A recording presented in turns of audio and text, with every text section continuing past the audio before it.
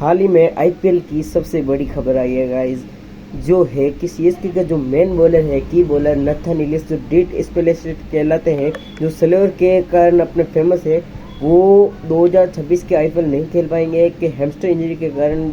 वो ruled out हो चुके हैं गाइस। ये बहुत ही बुरी खबर है सीएसके फैंस के लिए, और सीएसके फैंस को अब दुआ करनी चाहिए कि सीएसके बहुत ही तगड़ा बॉलर अब रिप्लेस में ले, जो नथन इलिस की एकदम कॉपी रिप्लेसमेंट हो। नथन इलिस बहुत ही तगड़े शानदार स्लोअर बॉलर कहलाए जाते हैं, जो कि हमने अभी इंडिया वर्सेस ऑस्ट्रेलिया की सीरीज में देख लिया था कैसे उन्होंने इंडिया बैट्समैन को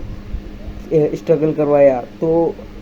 देखना ये है कि नथन इलिस क्या करते हैं, ये रियल खबर है या फिर फेक अभी कंफर्म नहीं हुई, लेकिन ये तो कंफर्म है कि हैमस्ट्रिंग इंजरी उनको हुई है और शायद वो नहीं खेल पाएंगे। तो अब सीएसके फैन दुआ करें कि नथन इलिस की जगह कोई तगड़ा बीट बॉलिंग स्पेशलिस्ट आए।